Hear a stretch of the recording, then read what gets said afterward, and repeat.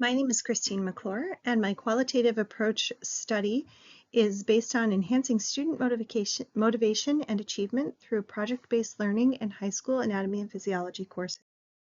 The area of need that I am addressing in this research is how can we break this cycle of poverty for students by increasing in the classroom their motivation and self-expectancy values. In a study conducted by the Center of Poverty and Inequality Research, it was determined that children growing up in economically disadvantaged contexts are at risk of underperforming academically, and this underperformance tends to follow those children into adulthood. Project-based learning is an approach that involves the creation of a final project that facilitates the use of hands-on activities in order to simulate learning connected to the real world. When students are learning information that's connected to the real world, it increases their motivation to find a final answer. It also increases their ability to overcome obstacles. Expectancy value theory suggests that individuals' beliefs about their capabilities and their value they place on significant tasks influences their motivation and encouragement. With the adoption of the next generation science standards in my state, we've seen a push towards engaging critical thinking skills, and those critical thinking skills will increase motivation and self-expectancy tasks in students. The issue is, what is the best way to engage in the next generation science standards?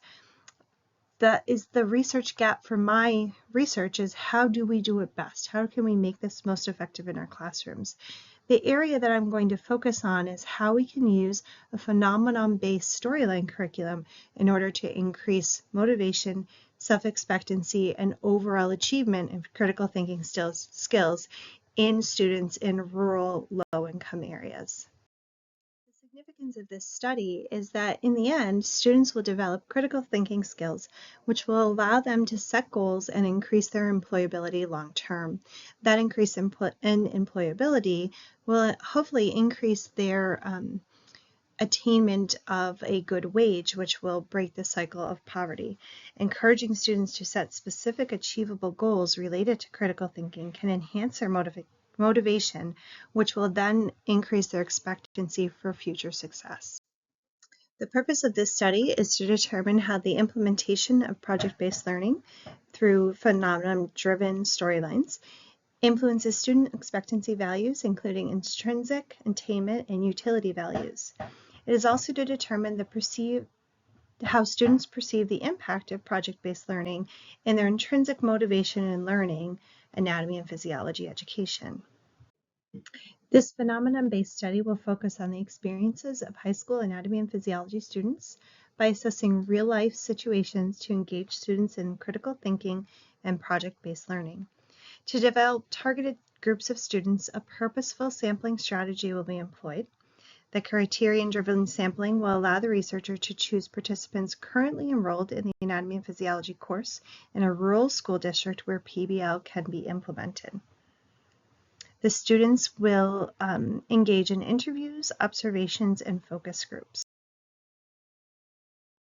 Students will be chosen for this research based on their willingness to participate in the study through informed consent following IRB approval.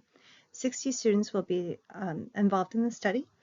Participants who are unwilling to share their experiences or who are reluctant will be eliminated from the data collection. Data collection will occur through interviews, focus groups, and field notes. Students' interviews will be semi-structured and that they will happen at two major time points during the research. These include after the introduction of PBL and after the completion of their project. This allows for the study of students' perceptions of their intrinsic, attainment, and utility values as described in the expectancy theory throughout the project.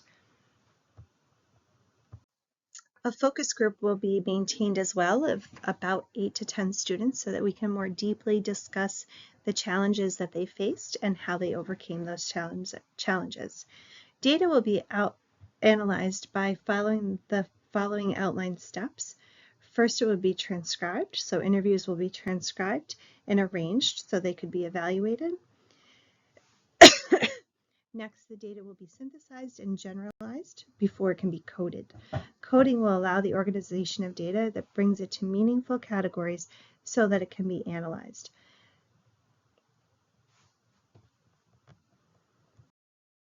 First and foremost, it's important that the researcher remains professional to reduce bias if possible.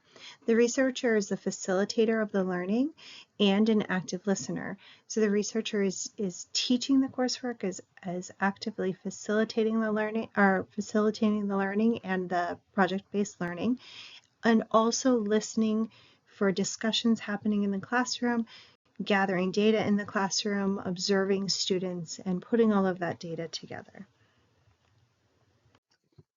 In order to ensure validity and reliability, data will be triangulated to ensure that it's accurately reflecting students' experience and perceptions of the PBL approach. To ensure dependability, a detailed audit trail will include steps taken during data collection, analysis, and interpretation so that others can replicate the research if they choose to do so. To ensure confirmability, the researcher will document the assumptions, the biases, and the personal reflections throughout the study to help ensure that conclusions are grounded in data and not bias. It is expected that at the end of this research, intrinsic value will increase, utility value will increase, self-attainment will increase, and motivation will increase as students are engaged in real-life situations involving project-based learning. The implications and contributions of this research is that a framework for project-based learning will be developed to help increase motivation, intrinsic utility value, and attainment value. This framework will be used for educators who will understand the depth of teaching in project-based learning and determine how to use it cross-curricular. It will also allow for the framework to develop resources that teachers can use, including storylines, which are vetted and have data backing them. This data, of course, is not easily generalized because of the demographic of students. Teacher autonomy and rapport is difficult to control because every teacher works in their classroom slightly different, and students are self-reporting, which means that they may have a bias in how they explain their feelings about the project-based learning. It is recommended from this research that teachers are able to engage in professional development using project-based learning so that they're very comfortable with the process, that they're then allowed to work together in a cross-curricular manner so that the project-based learning is throughout the student's school day rather than isolated. And finally, the planning that goes into the process, time is given for that planning. Thank you for your time and attention in this research.